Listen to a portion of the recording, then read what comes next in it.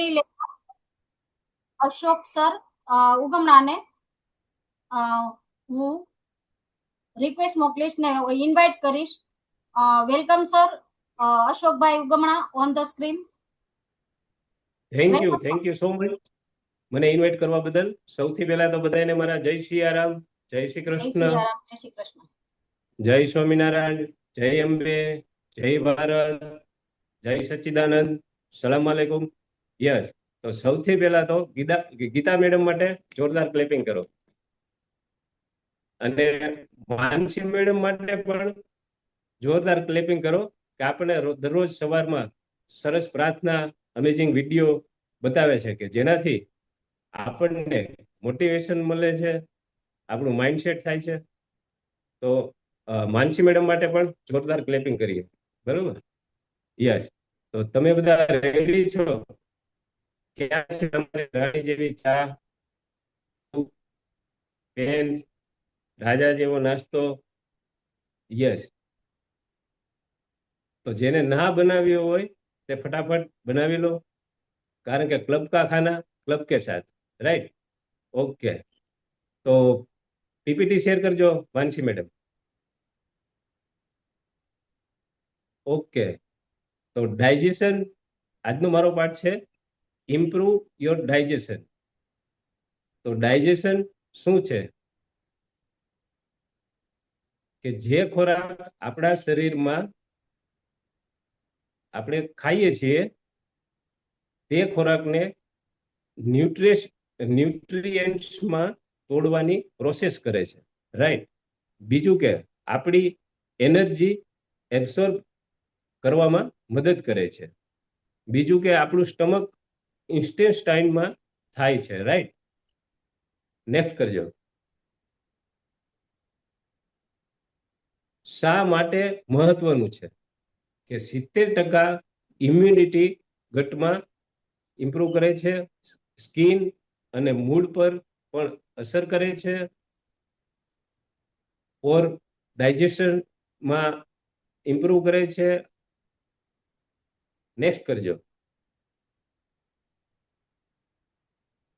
તો તેના લક્ષણો શું છે કે જે આપણને ખબર પડે કે આપણું ડાયજેશન ખરાબ થઈ ગયું છે? તો આપણને બ્લોટિંગ થાય છે, પછી આપણી એસિડિટી થાય છે, કોન્સ્ટિપેશનની અસર થાય છે, પછી આપણને આખો દિવસ થાક બહુ લાગે. તો આપણે સમજી લેવાનું કે આપણે ડાયજેશન, આપણું સિસ્ટમ ખરાબ થઈ ગઈ છે, રાઈટ? નેક્સ્ટ કરજો. તો તેના કારણો શું, કે શેનાથી આપણને આપણું ડાયજેશન ખરાબ થાય છે? કે ઓવર ઇટિંગ, એટલે કે આપણે વધુ પડતું જમીએ છીએ, પછી આપણે બહારનું જંક ફૂડ ખાઈએ છીએ. બીજું કે વધારે પડતો આપણે સ્ટ્રેસ લઈએ છીએ, અને જમતી વખતે આપણે ચાવીને નથી ખાતા અને જલ્દી ખાઈ લઈએ છીએ, તો આપણું ડાયજેશન ખરાબ થાય છે, રાઈટ? નેક્સ્ટ કરજો.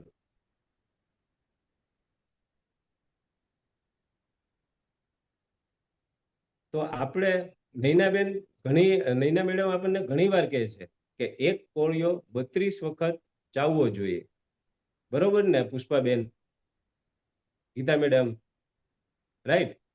ઓકે, તો ખોરાક આપણે ચાવીને ખાઈએ તો ખોરાક તુરંત ડાયજેશન થઈ જાય છે, રાઈટ?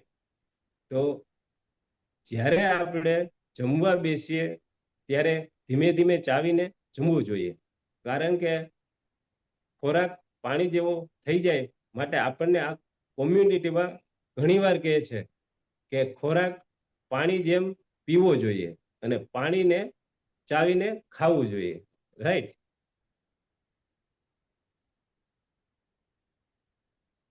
તો આપણે વોર્મ વોટર બેસ્ટ, એટલે કે આપણે હુંફાળું પાણી પીવું જોઈએ, રાઈટ? અને આપણા શરીરની નીડ પ્રમાણે આપણે પાણી પીવું જોઈએ કે જેનાથી આપણું શરીર હાઇડ્રેટ રહે. નેક્સ્ટ કરજો. બીજું કે જમવામાં આપણે ફાઈબરયુક્ત ફૂડ ખાવું જોઈએ.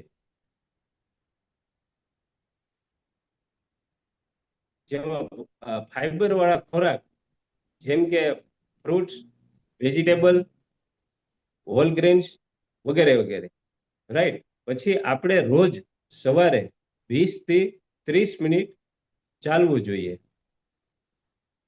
રોજ આપણે 20 મિનિટ એક્સરસાઇઝ પણ કરવી જોઈએ, રાઈટ. તો આપણે સ્ટ્રેસને મેનેજ કેમ કરી શકીએ કે રોજ સવારે આપણે મેડિટેશન કરવું જોઈએ, જે આપણને માનસી મેડમ રોજ કહે છે કે મેડિટેશન કરવાથી આપણું માઇન્ડ એકદમ શાંત અને સારું રહે છે, રાઈટ. નેક્સ્ટ કરજો. આપણું રૂટીન રોજનું ફિક્સ હોવું જોઈએ, કે આપણે સવારે ઉઠીએ ત્યારે પહેલા તો આપણે બેડમાં હોઈએ ત્યારે પ્રાર્થના કરવી જોઈએ ભગવાનને કે ભાઈ આપણને આજે ઉઠાડ્યા છે તો એનો ધન્યવાદ, આભાર માનવો જોઈએ. પછી બીજા નંબરમાં આપણે આપણી હર્બલ ટી સવારમાં પીવી જોઈએ. પછી આપણો રાજા જેવો નાસ્તો બ્રેકફાસ્ટમાં લેવો જોઈએ. પછી આપણો હર્બલ ટી પાછી લેવી જોઈએ. પછી આપણે 11 વાગે આપણી ડીશ 1, પછી આપણે ડીશ 2, પછી પાછી આપણી હર્બલ ટી, પછી સાંજે આપણું ડિનર. એ આપણું બધું ફિક્સ હોવું જોઈએ. આપણું દૈનિક રૂટીન પણ હોવું જોઈએ, બરોબર. સવારે આપણે ગરમ પાણી હુંફાળું પીવું, રાણી જેવી ચા, એ બધું આપણું દૈનિક રૂટીન, આપણું ફિક્સ, આપણું ટુ ડુ લિસ્ટ હોવું જોઈએ આપણી પાસે. ક્લબ પૂરું થાય ત્યારે આપણે રાજા જેવો નાસ્તો કમ્પ્લીટ કરવો જોઈએ, રાઈટ. પછી આપણે રાત્રે લેટ ડિનર ના કરવું જોઈએ. આપણે 6 થી 7 વાગ્યામાં આપણે જમી લેવું જોઈએ, રાઈટ. જેમ કે પછી ઓકે, તો આપણે શું ન ખાવું જોઈએ, જેમ કે ફ્રાઈડ કરેલો ફ્રૂટ ન ખાવા જોઈએ. બીજું કે આપણે સુગર ડ્રિંક્સ એવોર્ડ કરવું જોઈએ. બીજું કે આપણે લેટ નાઇટ એટલે કે રાત્રે જમવામાં પણ મોડું ન કરવું જોઈએ, રાઈટ. ઓકે, જો તમને સમજણ ના પડી હોય અને કોઈ પણ ક્વેશ્ચન હોય તો તમે તમારા કોચને પૂછી શકો છો, રાઈટ. યસ. તો thank you. Back to Geeta madam.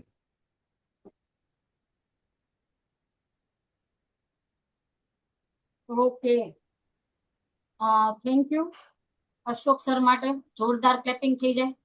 એ મસ્ત રીતે આપણું રૂટીન અને આપણું જે ડાયજેશન સિસ્ટમ આપણી જે છે એ આપણે કઈ રીતે સારી રાખી શકીએ તેના વિશે જોરદાર શોર્ટમાં સરસ રીતે સ્વીટ નોલેજ આપ્યું. અશોક સર માટે જોરદાર ક્લેપિંગ થઈ જાય, રાઈટ. ઓકે, જો થેન્ક યુ ના મેસેજ પણ આવવા માંડ્યા છે મસ્ત રીતે. આપણું માઇન્ડ